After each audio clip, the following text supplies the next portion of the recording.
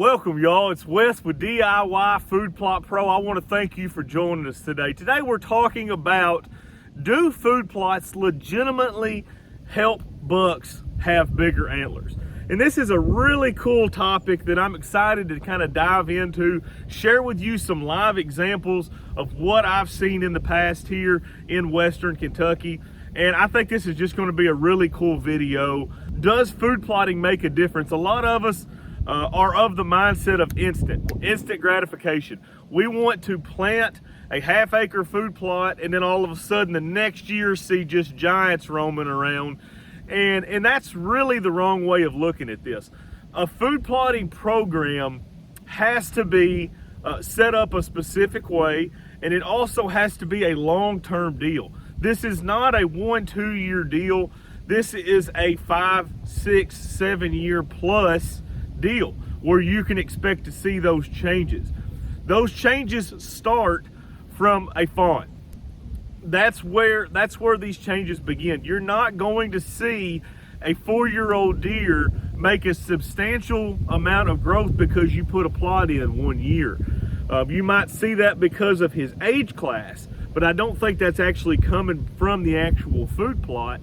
I think that's coming from his age class. But what we're looking for is a 5, 6, 7 year period where we start with the fawns, we start with the mothers of the fawns, getting them quality nutrition. The fawns get off to a better start, can get up to weight faster, and can start growing more antler growth earlier on in their life. So a perfect example of this is we have a big farm here behind me, 430 acres, mainly ag. There's an awful lot of ag around here, extremely high deer density population. We have started thinning does, and we have started putting in a lot of wintertime plots. This farm is a farm that has a big plenty of food for 9 months out of the year.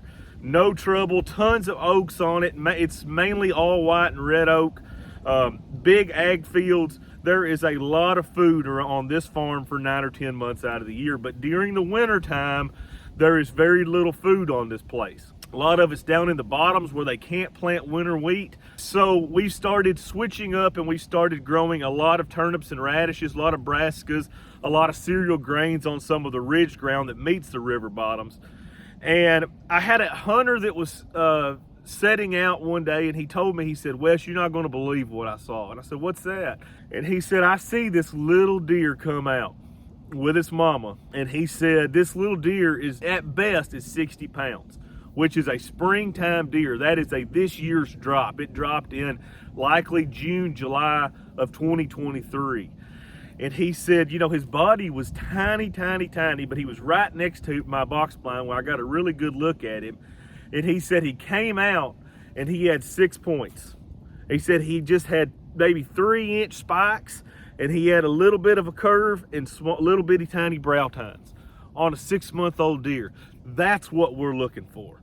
That's where this starts. It doesn't start with your 3, 4, and 5-year-old deer that have already grown up in this environment. It starts with those young bucks that are being born last spring, this spring. That's where this long-term food plot makes an actual difference in your herd. Around here, a 6-month-old deer is only going to have buttons.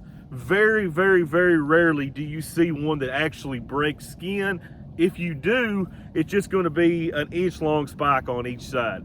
So for that buck to already have 3 inches of antler growth, a little bit of curve on his beam, and 2 tiny little brow tines, that deer is off to a phenomenal start. Now, I think there's some really key details that go into this food plotting in the long-term process as far as growing your bigger bucks that most of us are after. Do I legitimately think that you're going to take a farm in Western Kentucky and start food plotting it and turn it into the new Southeast Iowa?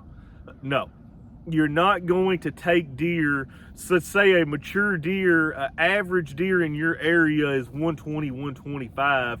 You're not going to increase that to the average of 175, 180, some of those Midwestern states. That's not going to be the case. But what we can expect, I really believe, is heavier mass. I think bigger racks in general, but I don't think you're going to take a mainframe 8-pointer and you're going to turn him into a mainframe 12 or a 14 point deer.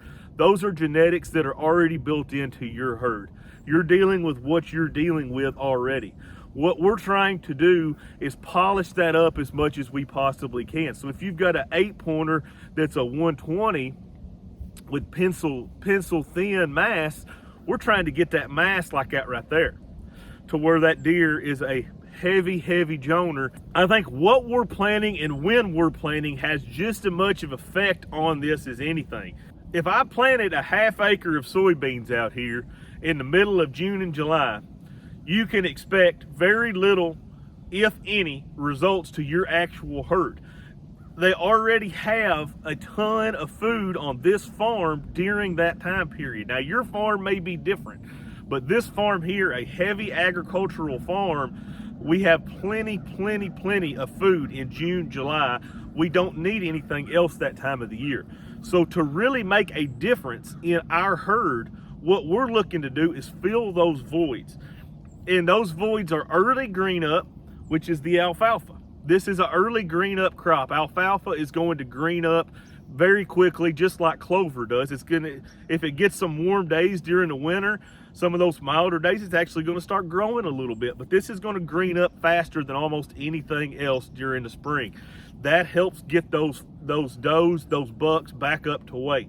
The turnips and radishes and the cereal grains are going to be there for them all winter long.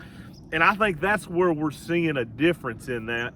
But once again, if we're planting a ½ of an acre and the deer eat that ½ of an acre before December, have we helped them? Yes, we have, in theory, have helped those deer, but we're not helping them to the maximum ability that we possibly can. I was talking to a guy about how much food do we plant on the farms. I think it's real simple. Until you have food left over in the springtime, you have not reached that goal yet. And some of us can't reach that. Some of us, that's not a possibility. We don't have enough land cleared to plant enough food plots to be able to cover that all the way through wintertime. But for those of us that do, that's the goal that we're looking at. If we have standing corn and a brassica plot combined, the goal in March, April, when we go back out there, is to still find some corn, some bulbs, some brassicas left. That's the absolute goal, because at that point, you know you did every single thing you could to help get that whitetail through that winter. You go out there in January and it's completely bare. I had a patch one time south of here and I planted like 2 acres down there, and it was just gigantic brassicas. Beautiful. January come and it looked like you drug a chisel plow through the whole field. The deer were just digging it all up.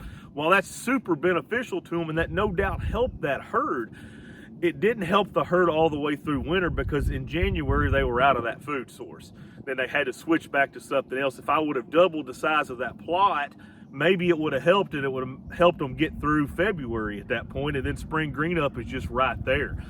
So there's just a whole lot of different ways of looking at this, but yes, I do think that food plots in general will help your deer be healthier and therefore lead to bigger racks. But I think it's a long-term play. I don't think this is something that I expect to change over the first year or two. I think this starts all the way from the bottom and it works up to your mature bucks. So when you're doing this, it can be awfully frustrating when you're spending a lot of time and money and effort and you're not seeing that antler growth that we all want to see. I think if we keep treading this, I think we're going to eventually start seeing bigger bucks off that, and it's going to be basically what we're all looking for. So thank you guys for watching. I really appreciate it. Smash that like and subscribe button if you hadn't already.